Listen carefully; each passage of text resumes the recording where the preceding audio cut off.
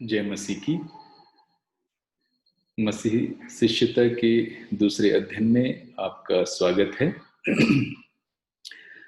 परमेश्वर का धन्यवाद हो कि एक बार फिर से उसने हमको ये मौका दिया कि हम उसकी उपस्थिति में आ सकें, उसके वचन से सीख सकें। और मसीही शिष्यता के दूसरे अध्ययन में मैं आपका ध्यान लगाना चाहूँगा शिष्यता की चुनौती की ओर, चेलेपन की चुनौती की ओर। मसीही शिष्यता क्या है, उसकी पहचान क्या है, ये हमने देखा था पिछले अध्ययन में। आज हम देखेंगे कि इसकी चुनौतियां क्या क्या हैं, इसके सफर में संघर्ष क्या क्या हैं और किस प्रकार की चुनौतियों से होकर एक मसीही शिष्य को, मसीह के चेले को गुजरना पड़ता है। फिर से मैं आपके सामने 5 बातें रखूंगा परमेश्वर के वचन से और मेरे साथ में आप देखिएगा। सबसे पहली बात, परंपरा को तोड़ना।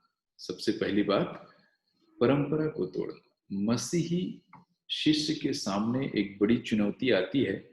बदले हुए जीवन के कारण वो कुछ परंपराओं का अनुसरण नहीं कर पाता और बदलाव के कारण, परिवर्तन के कारण वो नए परंपराओं को अंजाम देता है, नए गतिविधियों में वो भाग लेता है।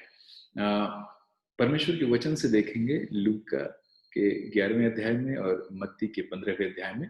सबसे पहले हम मत्ती के 15वें अध्याय को देखते हैं। वहां पर 2 से लेकर 9 पद में एक विवरण है, एक जानकारी है जिसके द्वारा हमको इस विषय में काफी कुछ सीखने को मिलता है। मत्ती उसका 15 अध्याय निकालिएगा और देखते हैं 2 पद से लेकर आगे। यहाँ इस प्रकार से लिखा है, पहले पद से सुन लीजिए। तब यरूशलेम के कुछ फरीसी और शास्त्री यीशु के पास आकर कहने लगे, तुम्हारे चेले पूर्वजों की परंपराओं को क्यों टालते हैं कि बिना हाथ धोए रोटी खाते हैं? तो प्रभु यीशु ने उनको उत्तर दिया, तुम भी अपनी परंपराओं के कारण क्यों परमेश्वर की आज्ञा टालते हो? क्योंकि परमेश्वर ने कहा है, अपने पिता और अपनी माता का आदर करना, और जो कोई पिता या माता को बुरा कहे वह मार डाला जाए। पर तुम कहते हो कि यदि कोई अपने पिता या माता से कहे, जो कुछ तुझे मुझसे लाभ पहुंच सकता था वह परमेश्वर को भेंट चढ़ाया जा चुका, तो वह अपने पिता का आदर ना करे। इस प्रकार तुमने अपनी परंपरा के कारण परमेश्वर का वचन टाल दिया है। हे कपटियों, यशायाह ने तुम्हारे विषय में ही यह बात भविष्यवाणी ठीक ही की है। ये लोग होठों से तो मेरा आदर करते हैं, पर उनका मुंह मुझसे दूर रहता है, उनका मन मुझसे दूर रहता है, और ये व्यर्थ मेरी उपासना करते हैं, क्योंकि मनुष्यों की विधियों को धर्म के उपदेश करके सिखाते हैं। धर्म के उपदेश करके सिखाते हैं मनुष्यों की विधियों को। मनुष्यों की विधियों को धर्म के उपदेश करके सिखाते हैं। कैसी कैसी परंपराएं हमारे बीच में है। मन में क्या है और तन में क्या है, ये एक ऐसा उलझन है जिसे हम देखते हैं, समझते हैं। लूका के वचन में पढ़ने की आवश्यकता नहीं है।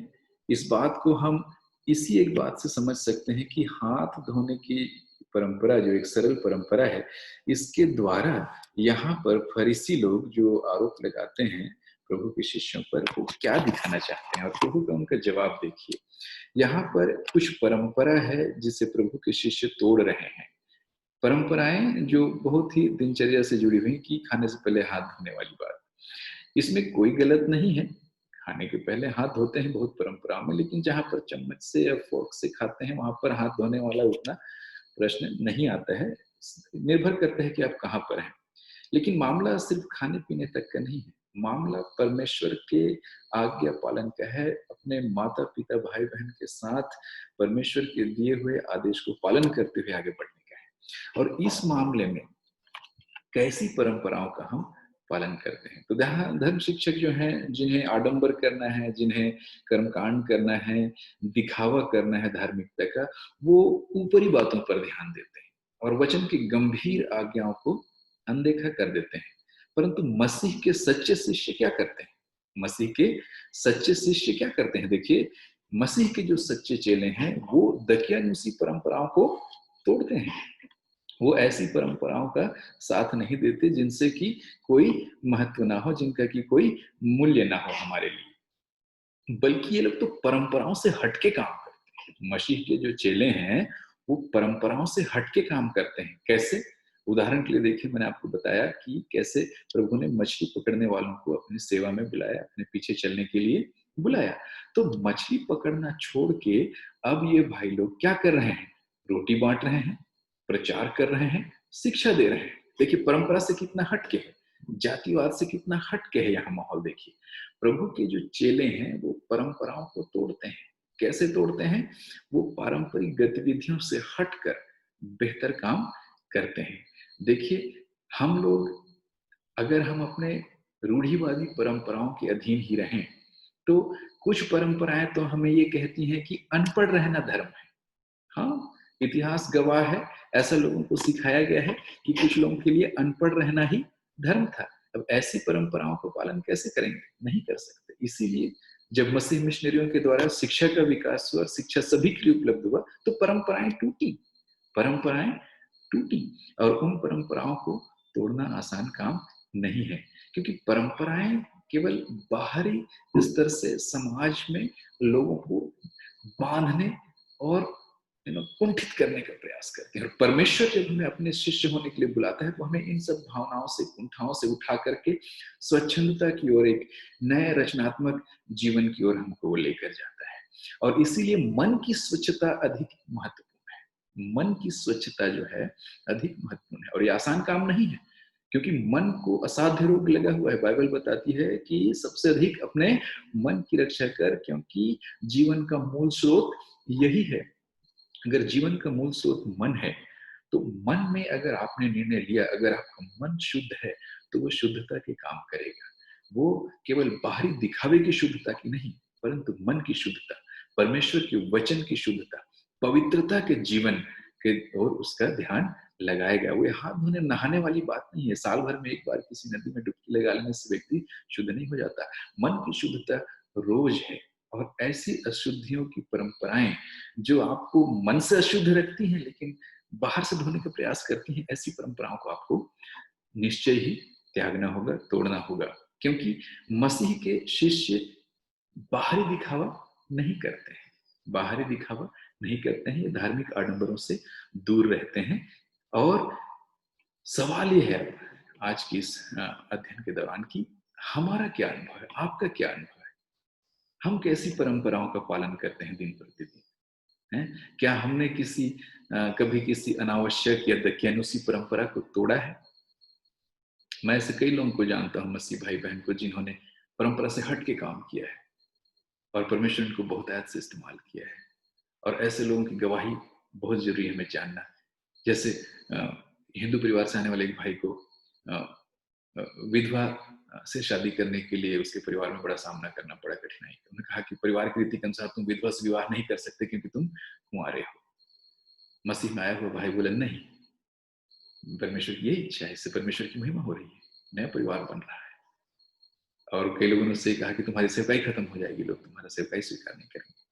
लेकिन आपको बताऊं, आज वो व्यक्ति परमेश्वर की महिमा कर रहा है जगह जगह। संपन्न परिवार, सुखी परिवार और अद्भुत परिवार जो परमेश्वर की महिमा कर रहा है। परंपरा टूटी, परंपरा टूटी और एक नई गवाही बनी। आज यदि आप परंपराओं को तोड़ रहे हैं तो परमेश्वर का धन्यवाद हो। यदि आप परंपराओं को, दकियानुसी परंपराओं को नहीं तोड़ रहे हैं तो आपके लिए समय है कि आप ऐसा करें और प्रभु आपको ऐसा करने के लिए सहायता प्रदान करें।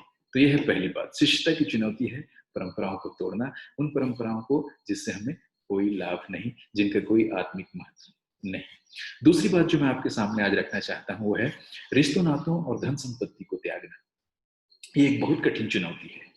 रिश्तों, नातों और धन संपत्ति को त्यागना एक बहुत कठिन चुनौती है। लूका रचित सुसमाचार निकालिएगा 14 अध्याय, लूका 14 उसका 26 देखेंगे हम। आराम से निकालिएगा अपने बाइबल में से लूका उसका 14 अध्याय, लूका 14 यहाँ पे 26 पद में इस प्रकार से लिखा है, मैं आपके लिए पढ़ रहा हूं।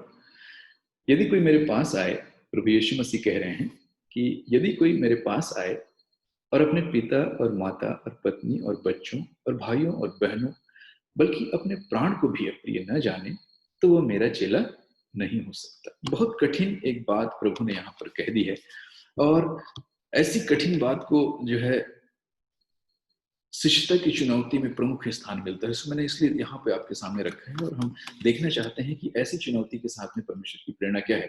इसमें आगे 33 पद में ये लिखा है कि इस रीति से तुम में से जो कोई अपना सब कुछ ना त्याग दे, सब कुछ ना त्याग दे, वो मेरा चेला नहीं हो सकता। ये त्याग की जो बात है, अपने प्रियजनों को त्यागना, अपने फेवरेट चीजों को त्यागना, ये आसान काम नहीं है। लेकिन यही है मसीही शिष्यता की चुनौती। दूसरी महत्वपूर्ण चुनौती यही है, क्योंकि मसीह के जो सच्चे शिष्य हैं, सच्चे चेले हैं, वो अपने परिवार और रिश्तेदार से ज्यादा, परिवार, रिश्तेदार और मित्र से ज्यादा यीशु मसीह से प्रेम करते हैं, यीशु मसीह से प्रेम करते हैं। और यहां तक कि उस प्रेम में वो अपना सब कुछ त्याग देने के लिए तैयार रहते हैं। सब कुछ, जो कुछ उनका है वो सब देने के लिए तैयार है। घर, जमीन, घर की जमीन का हिस्सा है ना, संपत्ति का हिस्सा जो मिलने वाला हो पुरखा की तरफ से, माता पिता की तरफ से, सब कुछ छोड़ने के लिए तैयार रहता है एक मसीह शिष्य। पर ये बहुत बड़ी चुनौती है। सबके पास ये अनुग्रह नहीं है। कई लोग कहते हैं, अरे मेरे पिताजी की नौकरी मुझे मिलने वाली है, और अगर मैं अब मसीह में बन के आगे निकल जाता हूं तो वो मुझे मिलेगा नहीं। चुनौती बहुत भयानक, बहुत भयानक। लेकिन एक बात बताना चाहता हूं मैं आपको प्रोत्साहन के रूप में, और परमेश्वर के वचन को आप गंभीरता से समझिएगा। मसीह शिष्यता में त्याग का जो रहस्य है वो गंभीर है।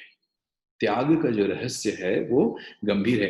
प्रभु यीशु मसीह कहते हैं कि जो अपने प्राण को बचाना चाहेगा वो उसे खो देगा, और जो उसे प्रभु के लिए खो देंगे वो उसे पा लेंगे।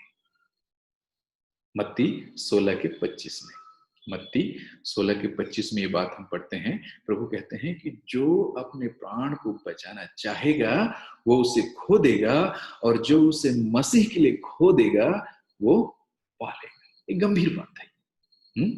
परंतु इस चीज को समझना, इस पर अमल करना बहुत बहुत एक उलझा हुआ बात लगता है, और मैं आपके लिए आसान कर दूंगा। इस चीज को समझिएगा। यहाँ पर मनन के दौरान देखिए, एक बात स्पष्ट है यहाँ पर जो आपको समझना है वो ये है कि त्याग का रहस्य जो है वास्तव में प्रेम का रहस्य है।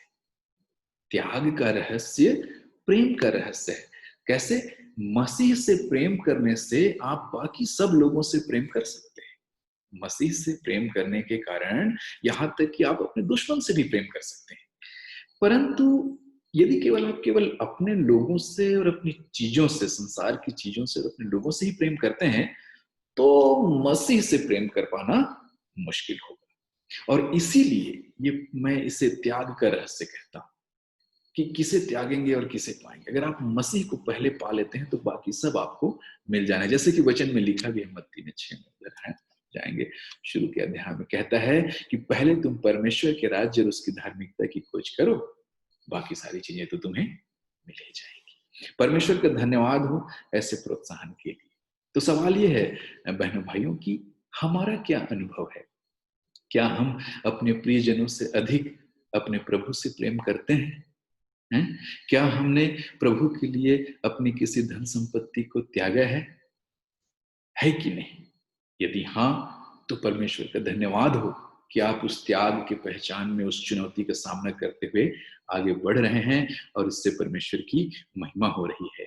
यदि ऐसा नहीं कर पाए हैं, यदि आपको त्याग का साहस नहीं हुआ है, तो हम प्रभु से प्रार्थना करें कि प्रभु हमारे शिष्यता में निखार लाने के लिए, हमारे चेलेपन को मजबूत बनाने के लिए हमें त्याग सिखाएं, त्याग सिखाएं। तीसरी बात, जो तीसरी चुनौती है शिष्यता की, वो है अपना क्रूस उठाना। तीसरी चुनौती है अपना क्रूस उठाना। लूका 14 उसका 27, उसी पर जहां पर अभी आपने वचन को खोल के रखा है, देखिए 14 अध्याय का 27 वचन। यहाँ पर लिखा है, और जो कोई अपना क्रूस ना उठाए और मेरे पीछे ना आए, वह भी मेरा चेला नहीं हो सकता। प्रभु यीशु मसीह के वचन बहुत सख्त और बहुत कठोर हैं। यहाँ पर इस चीज को समझ पाना मुश्किल हो जाता है कई बार कि ऐसी कठिन डिमांड ऐसी मांग जो है प्रभु ने क्यों रखी, जो कि लगभग हमारे लिए पूरा करना मुश्किल हो, लगभग पूरा करना मुश्किल हो, क्योंकि क्रूस का मतलब बहुत खतरनाक है। क्रूस का मतलब जो है बहुत भयानक है। क्रूस जो है अपमान का, दुख का, सताव का, पीड़ा का और मौत का प्रतीक है। क्रूस देखना आप लोग कब्र में लगाते हैं, मौत का प्रतीक है। क्रूस आप देखना गले में पहनते हैं, एकदम कई प्रकार के डेकोरेशन के रूप में क्रूस का इस्तेमाल करते हैं, लेकिन उसका मर्म समझिए कितना गंभीर है। मौत, सताव, पीड़ा, दुख, तकलीफ, नुकसान, नुकसान, ये सब दिखाता है क्रूस। क्रूस कोई मुस्कुराता हुआ या खिला हुआ कमल नहीं, फूल नहीं है, कोई ऐसी उसमें सुगंध नहीं, ऐसी कोई चीज नहीं जो आपको आकर्षित करे, आपको घबराहट पैदा करती है, डर पैदा करती है, ऐसी चीज है क्रूस। लेकिन मसीह के जो सच्चे शिष्य हैं वो अपना क्रूस उठाकर चलते हैं, यानी जान हथेली पर लेकर चलते हैं, जान हथेली पर लेकर चलते हैं। और क्रूस उठाना कोई आसान चुनौती नहीं है, लेकिन परमेश्वर का धन्यवाद, उसके वचन में लिखा है कि क्रूस की कथा तो नाश होने वालों के लिए मूर्खता है। क्रूस की कथा तो नाश होने वालों के लिए मूर्खता है, परंतु हम उद्धार पाने वालों के लिए परमेश्वर की सामर्थ है। हम उद्धार पाने वालों के लिए परमेश्वर की सामर्थ है। पहला कुरिन्थियों पहला अध्याय 18 वचन, बहुत ही पावरफुल, बहुत ही शक्तिशाली, सामर्थी वचन यहाँ पर हमारे सामने आता है। शिष्यता की चुनौती में क्रूस उठाना तो है, लेकिन क्रूस का रहस्य देखिए, क्रूस का अर्थ देखिए। परमेश्वर ने क्रूस के द्वारा हमारे लिए कैसी योजना को स्पष्ट करके रखा है कि उसमें संसार के लिए बेवकूफी तो है, मूर्खता तो है, परंतु उद्धार पाने वालों के लिए परमेश्वर की सामर्थ है। अब सामर्थ पर आप ध्यान दीजिए। क्रूस उठाना कठिन काम है, अपमान सहना आसान नहीं है, दुख तकलीफ उठाना, नुकसान उठाना आसान काम नहीं है, लेकिन परमेश्वर का सामर्थ वहीं प्रकट होता है। दुर्बलता में, कमजोरी में परमेश्वर का सामर्थ प्रकट होता है। क्रूस, क्रूस की छाव में तो जीवन की भरपूरी है। क्रूस के इस पार भी जीवन, क्रूस के उस पार भी जीवन। बिना क्रूस के पुनरुत्थान कहाँ? तो इस चीज को आप ध्यान में रखें और निराशा से बचें। जब आप एक शिष्य के रूप में मसीह के जीवन में आगे बढ़ रहे हैं, अपना क्रूस उठाकर चल रहे हैं, चाहे घर से निकाल दिए गए हो, चाहे रोजगार या नौकरी गंवा दी हो, किसी भी प्रकार का नुकसान, ये सब क्रूस उठाने के अनुभव है। सवाल ये है कि हमारा क्या अनुभव है? क्या हमने कभी कोई क्रूस उठाने का सौभाग्य अपने जीवन में पाया? क्या हम क्रूस उठाने के लिए तैयार हैं? बहनों भाइयों, ये गंभीर प्रश्न है, और ये प्रश्न इसलिए है क्योंकि हमें आपको अपने आप को लगातार परखना है कि हम अपने शिष्यता की बुलाहट में किस कदर आगे बढ़ रहे हैं, उन्नति कर रहे हैं, कठिनाइयों का सामना कर रहे हैं, या कंफर्टेबल आरामदायक जीवन होता जा रहा है हमारा। और यदि हम क्रूस उठा रहे हैं, हमको क्रूस उठाने का सौभाग्य मिला है, तो हम परमेश्वर का धन्यवाद करें कि उससे वो एक बड़ी गवाही तैयार कर रहा है। और यदि हमको क्रूस उठाने का सौभाग्य नहीं मिला है, तो मैं कहूंगा कि हम प्रार्थना करें कि प्रभु हमारे जीवन में एक ऐसा अनुभव लाएं जिससे हम क्रूस उठाने के योग्य बन सके। और उसके बाद मैं आपका ध्यान चौथी चुनौती की ओर ले जाना चाहूंगा। चौथी चुनौती, मसीह शिष्यता की चौथी चुनौती, ये है विश्वास में मजबूत होना। और इसका संदर्भ बड़ा रोचक है, मैं आपको बता रहा हूं। चलिए वापस चलते हैं हम इस अध्याय के आगे, लूका के आगे चलिए आप 17 अध्याय में, 15 में है हमारी, उसे 14 से आगे 15, 16, 17, 17 में देखिए 5 और 6 वचन। ओके, 5 और 6 वचन में यहाँ पर इस प्रकार से लिखा है, तब प्रेरितों ने प्रभु से कहा, हमारा विश्वास बढ़ा। प्रेरितों ने क्या कहा प्रभु से? हमारा विश्वास बढ़ा। मैं अगर इससे कहूं अपने शब्दों में, अगर मैं निवेदन करना चाहूं प्रभु से, तो कहूंगा, हे प्रभु मेरा विश्वास बढ़ाइए, हे प्रभु मेरा विश्वास बढ़ाइए। तब प्रभु ने कहा, यदि तुमको राई के दाने के बराबर भी विश्वास होता तो तुम इस सहतूत के पेड़ से कहते कि जड़ से उतर कर समुद्र में चला जाए, तो वह तुम्हारी मान लेता, वो तुम्हारी मान लेता। विश्वास की चुनौती यहाँ पर हमें देखने को मिलती है। और मत्ती के सुसमाचार के 17 अध्याय में अगर आप आएंगे, वहां पर एक रोचक बात देखने को मिलता है। मत्ती 17 में 14 से 20 तक एक गंभीर चर्चा का वर्णन है। यहाँ पर एक लड़का है जो दुष्ट आत्मा से ग्रसित है, और उसको जो है लाते हैं, उसका पिता जो है उसको लेकर आता है प्रभु के चेलों के पास में, और चेले उसको ठीक नहीं कर पाते। फिर वो पिता अपने लड़के को लेकर जो दुष्ट आत्माग्रस्त है प्रभु यीशु के पास में लेकर जाता है और वहां उससे कहता है, प्रभु मैं तो अपने बच्चे को लाया था, लेकिन आपके चेले ये काम नहीं कर सके। तो तब चेलों ने पूछा, 19 वचन देखिएगा यहाँ पर, 19 वचन। तब चेलों में एकांत में यीशु के पास आकर कहा, हम उसे क्यों नहीं निकाल सके? चेलों का सवाल देखिए, हम उसे क्यों नहीं निकाल सके? प्रभु यीशु ने उनसे कहा, अपने विश्वास की घटी के कारण, अपने विश्वास की घटी के कारण। क्योंकि मैं तुमसे सच कहता हूं, यदि तुम्हारा विश्वास राई के दाने के बराबर भी हो, तो इस पहाड़ से कह सकोगे, यहां से सरक कर वहां चला जा, तो वो चला जाएगा, और कोई बात तुम्हारे लिए असंभव ना होगी। हालेलुया। परमेश्वर का धन्यवाद हो कि विश्वास में मजबूत होना शिष्यता की एक बहुत बड़ी चुनौती है। हमने क्या देखा? जो वचन हमने पढ़े मत्ती में, लूका में, हमने देखा कि विश्वासियों के विश्वास की चुनौती के कारण चेले जो है चमत्कार नहीं कर पाए हैं, दुष्ट आत्मा को नहीं निकाल पाए हैं, और प्रभु से कह रहे हैं, प्रभु हमारे विश्वास को बढ़ाइए। मत्ती में हमने देखा कि विश्वास की कमी के कारण दुष्ट आत्मा को नहीं निकाल सके। हाँ, विश्वास करने वाले के लिए सब कुछ संभव है। वचन क्या कह रहे हैं, प्रभु क्या कह रहे हैं? विश्वास करने वाले के लिए सब कुछ संभव है। परंतु बच्चों के समान निस्संदेह विश्वासी होना आसान नहीं है। पता है बच्चे कैसे विश्वासी होते हैं? बच्चे को, छोटे बच्चे को आप ऊपर हवा में उछालिए, बच्चे हंसते हुए आपकी गोद में गिरते हैं। हमें जब परिस्थितियां उछालती हैं, हम घबरा जाते हैं, रोने लगते हैं, परेशान हो जाते हैं। तो परिस्थितियां जब हम फेंकने के प्रयास करती हैं, उछालने के प्रयास करती हैं, हमारा परमेश्वर से भरोसा उठ जाता है, विश्वास हमारा खत्म हो जाता है। लेकिन वचन बड़ी खूबसूरती से बताता है। इब्रानियों 11 के पहले वचन को देखिए। इब्रानियों 11 अध्याय उसका पहला वचन कहता है, विश्वास आशा की हुई वस्तुओं का निश्चय और अनदेखी बातों का प्रमाण है। विश्वास आशा की हुई वस्तुओं का निश्चय और अनदेखी बातों का प्रमाण है। और मसीह के सच्चे शिष्य, मसीह के सच्चे चेले इस चीज को जानते हैं और इस चीज का अनुभव करते हैं कि वो विश्वास से जीते हैं, विश्वास के द्वारा उनका उद्धार हुआ है, विश्वास ही से उनको धार्मिकता मिली है, और विश्वास से ही वो शिष्य बनने का सौभाग्य प्राप्त किए हैं। सवाल यह है बहन भाइयों की, आज हमारा क्या अनुभव है? हमारा विश्वास कितना मजबूत है? हमारा विश्वास कितना निसंदेह प्रभु पर है? हमारे विश्वास की क्या स्थिति है? कठिन सवाल है ये। क्या हम दुष्ट आत्माओं को डांटने योग्य विश्वास रखते हैं? क्या हमारे विश्वास से पहाड़ टल सकते हैं? मैं अपने जीवन की घटना बता रहा हूँ। ये विश्वास से पहाड़ टल सकने वाली बात, एक ऐसी स्थिति आ गई थी जहां हमने प्रार्थना करना पड़ा। मेरी पत्नी ने और मैंने मिलकर प्रार्थना किया कि प्रभु ये समस्या हमारे पड़ोस से हट जाए। एक ऐसी परिस्थिति थी जहां कुछ नहीं किया जा सकता था। मतलब एक ऐसी परेशानी हमारे पड़ोस में आ गई थी और हम नहीं जानते थे कि हम क्या करें। हमने यही कहा कि ये तो पहाड़ के टलने जैसा होगा, और हम जानते थे कि हम ये पहाड़ टाल नहीं सकते, तो हम खुद ही हट जाएं, हम खुद ही हट जाएं, प्रभु ऐसा उपाय कीजिए।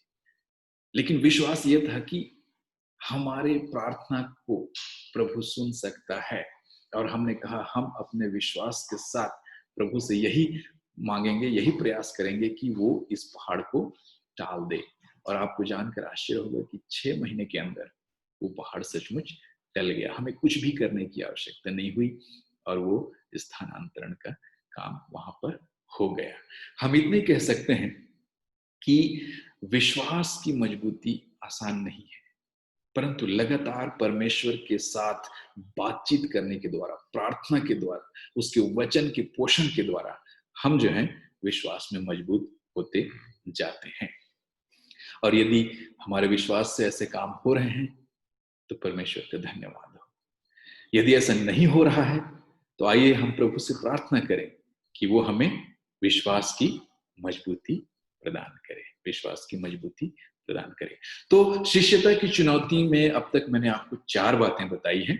सबसे पहली बात, परंपरा को तोड़ना, कठिन काम करना, परंपरा से हट के काम करना, यह शिष्यता की एक महत्वपूर्ण चुनौती है। दूसरी चुनौती मैंने आपके सामने रखी कि रिश्ते नातों को और धन संपत्ति को त्यागना। जो मसीह का सच्चा शिष्य है बहन भाइयों, उन्हें रिश्ते नातों और धन संपत्ति के माया मोह से उठकर परमार्थ भाव से भरकर सेवकाई के लिए आगे आना होगा। ऐसा नहीं है कि आप अपने रिश्तेदारों को और परिवारों को पूरा अनदेखा कर दें, कंप्लीटली नेग्लेक्ट करने वाली बात नहीं है ये, परंतु प्राथमिकता वाली बात है। यदि आप पहले प्रभु से प्रेम करेंगे, तो बाकी सबसे प्रेम कर पाएँगे। ये एक बड़ी चुनौती है। और इसी के साथ मैंने आपको तीसरी बात बताई कि अपना क्रूस उठाना, एक बहुत बड़ा चुनौती है। मसीही सफ़र में जब हम आगे बढ़ते हैं, चुनौतियाँ सामने आती हैं, घर परिवार से निकाल दिए जाते हैं, नौकरी में नुकसान होता है, अपमान, कष्ट, तकलीफ सहना पड़ता है। और आजकल जब चूँकि सताव बढ़ रहा है, इस परिस्थिति में हमें और भी सजगता के साथ इस चुनौती का सामना करना है। क्रूस उठाना आसान काम नहीं है, परंतु परमेश्वर के अनुग्रह से, उसके सामर्थ्य से हम ऐसा कर सकते हैं। फिर मैंने आपको चौथी बात बताई, चौथी चुनौती ये है कि विश्वास में हम मजबूत हों। विश्वास की कमी के कारण हमारा गवाही खराब होता है। हम लोग जो काम हमसे अपेक्षा की जाती है, वो हम लोग कर नहीं पाते। इसलिए हम प्रार्थना करें कि प्रभु हमारे विश्वास को लगातार बढ़ाएँ। प्रभु ही हमारे विश्वास को बढ़ा सकते हैं। पवित्र आत्मा के द्वारा ही हम अपने विश्वास में मजबूत हो सकते हैं। तो ये 4 चुनौतियाँ जो मैंने आपके सामने रखी हैं अब तक। अब 5वां और अंतिम चुनौती जो मैं आपके सामने रखना चाहता हूँ, वो ये है, और इसी के साथ में हम आज का अध्ययन समाप्त करेंगे। 5वां चुनौती देखिएगा क्या है? नम्र और दीन होना। 5वां और महत्वपूर्ण चुनौती मसीही शिष्यों के लिए ये है नम्र और दीन होना।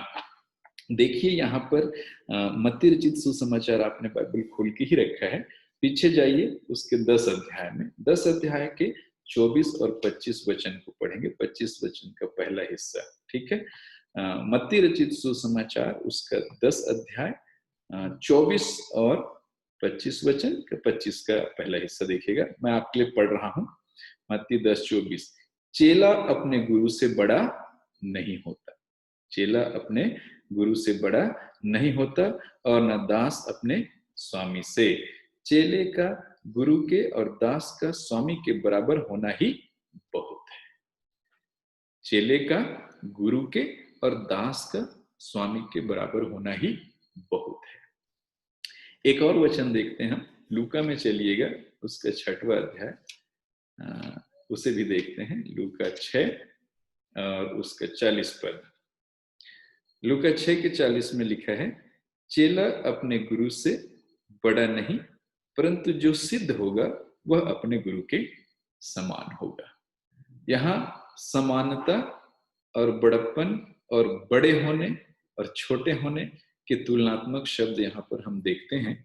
और यहाँ पर जो मुख्य बात हमको सिखाना चाहता है परमेश्वर के वचन, वो है नम्रता।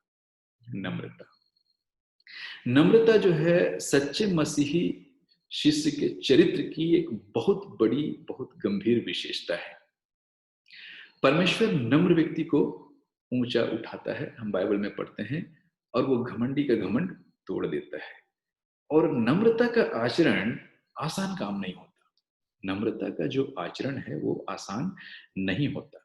परंतु परंतु बाइबल में हम देखते हैं कि मसीह के जो सच्चे शिष्य हैं, मसीह के जो सच्चे चेले हैं, वो स्वयं को अपने यीशु गुरु से बड़ा नहीं समझते। सच्चे चेले अपने आप को प्रभु से कभी बड़ा नहीं समझेंगे।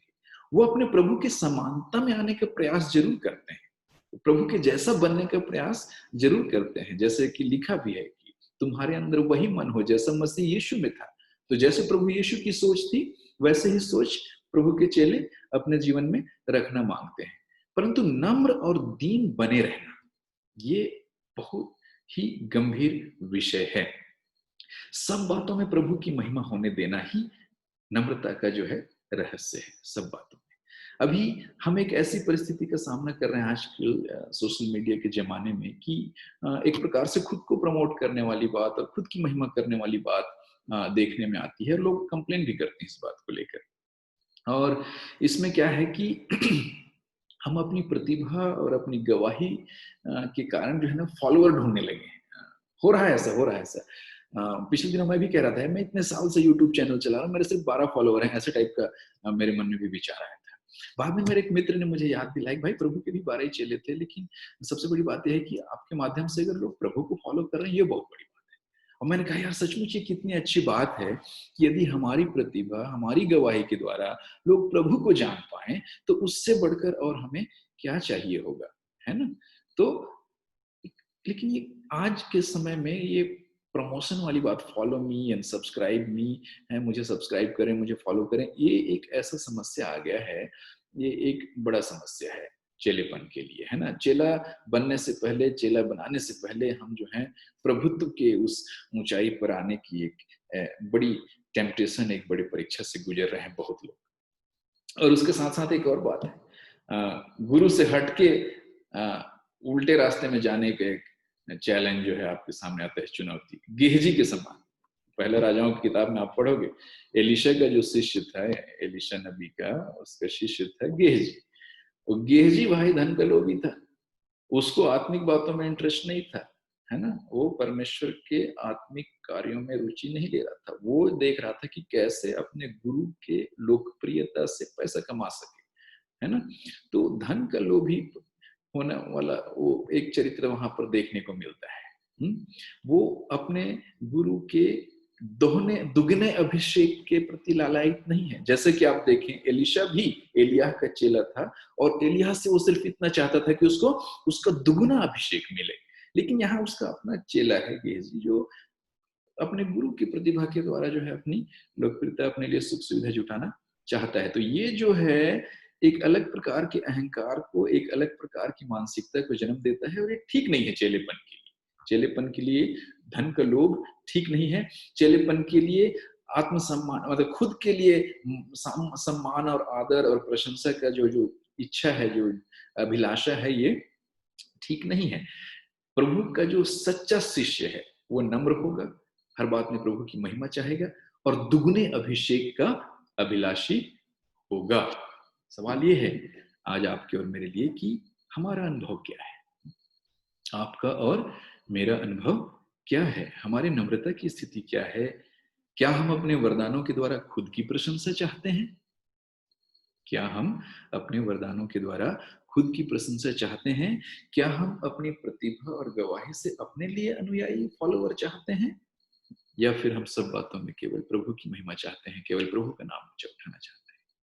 ये ऐसे प्रश्न हैं, और यदि हम सब बातों में केवल प्रभु की महिमा चाहते हैं तो परमेश्वर का धन्यवाद हो। परंतु यदि हम अपनी प्रशंसा ढूँढ रहे हैं, अपना सम्मान, इसी दुनिया में अगर हम अपने लिए पुरस्कार ढूँढ रहे हैं, तो हमारी स्थिति चिंताजनक है और हम प्रभु के सच्चे शिष्य शायद ना हो पा रहे हों। तो ऐसी स्थिति में हमें प्रार्थना करने की आवश्यकता है कि परमेश्वर इन चुनौतियों का सामना करने के लिए हमारी सहायता करे और हमें नम्र और दीन होकर उसके पीछे चलने के लिए सहायता करे। और जैसे यूहन्ना कहता है बहुत खूबसूरत बात, कि वो बढ़े और मैं घटूं। प्रभु यीशु मसीह बढ़े, उसकी प्रशंसा हो, और मैं घटूं। कितनी खूबसूरत प्रार्थना है ये, और यही नम्रता का सार है, यही नम्रता का सारांश है। तो नम्रता एक बड़ी चुनौती है। मैंने आपके सामने आज 5 चुनौतियां रखी हैं जो प्रभु यीशु मसीह के शिष्य को जिन चुनौतियों का सामना करना पड़ता है। पहला, परंपरा को तोड़ने की चुनौती। दूसरा, रिश्ते नातों और धन संपत्तियों को त्यागने की चुनौती। तीसरा, अपना क्रूस उठाकर चलने की चुनौती। चौथा, अपने विश्वास में मजबूत होने की चुनौती। और पांचवा, नम्र और दीन होने की चुनौती। आज के दिन हम अपने आप को प्रभु के हाथ में सौंपें और हम यही कहें कि प्रभु, मुझे इन चुनौतियों का सामना करने के लिए सहायता कीजिए। अपने पवित्र आत्मा का अनुग्रह दीजिए, मुझ पर दया कीजिए, ताकि मैं अपनी प्रसिद्धि और अपनी सफलता से बढ़कर आपकी प्रसिद्धि और आपकी महिमा पर ध्यान लगा सकूं। क्योंकि एक मसीही शिष्य, जो एक सच्चा मसीही चेला है, वो सारी चुनौतियों को पार करते हुए केवल परमेश्वर की महिमा के लिए अपना जीवन बिताएगा। और यही नहीं, इस पूरे सफर में, इन कठिनाइयों के बीच और हमारे उन पहचानों के बीच जिनसे हम होकर गुजर रहे हैं, मैंने आपको मसीह शिष्यता की पहचान बताई है। 5 पहचान, बुलाहट की, मसीह द्वारा सिखाए जाने की, आज्ञाकारिता की, अधिकार की और भेजे जाने की जो हमारी पहचान है। और उन 5 पहचानों के साथ ये जो हमारी चुनौतियां हैं जिन पर आज हमने चर्चा किया, इनके अलावा भी कुछ है, और वो है शिष्यता का पुरस्कार। जी हाँ, हम जीवन में इतना संघर्ष करके आगे बढ़ते हैं, ये सिर्फ यहीं तक के लिए नहीं है। शिष्यता के लिए परमेश्वर के पास पुरस्कार भी है, और उसकी चर्चा हम करेंगे अगले अध्याय में। और तब तक के लिए प्रभु आप सबके साथ हो। इस समय मेरे साथ में समय बिताने के लिए, वचन से सीखने के लिए धन्यवाद। संपर्क में रहें। कोई सवाल हो मन में तो मुझसे पूछने के लिए ना झिझकें। मुझसे संपर्क कर सकते हैं फेसबुक में, ईमेल के द्वारा, यूट्यूब में, और मैं आपके सवालों का जवाब दूंगा। धन्यवाद हो इस समय के लिए। परमेश्वर का धन्यवाद हो जो हमें सीखने के लिए लगातार अवसर देता है। सब बातों में प्रभु यीशु मसीह की महिमा हो। प्रभु आप सबको आशीष दे। जय मसीह की।